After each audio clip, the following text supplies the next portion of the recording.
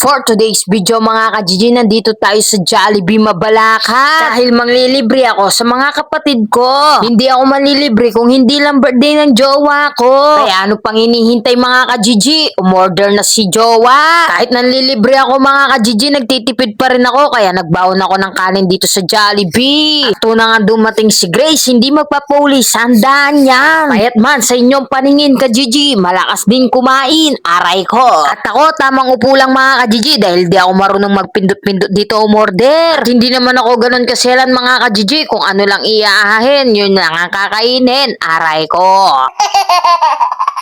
At saka inupuan ko na rin yung table na pagkakainan namin. Baka makuha pa ng iba eh. At siya na nga yung kapatid ko at may na-invite pa siyang isa. Aray ko. Buti na lang, wais ako. Kaya nagbaon ako ng maraming kanin. Kaya hindi sila mabibiti.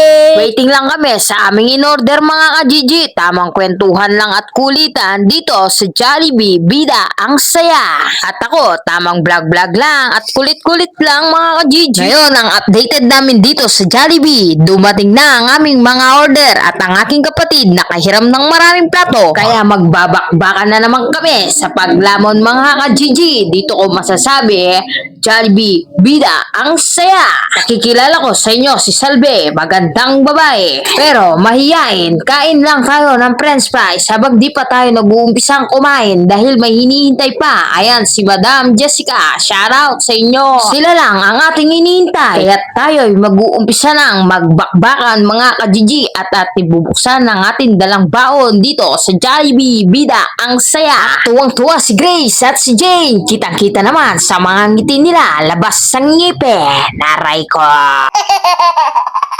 Kaya tara na mga ka-GG, magsipagkain na tayo.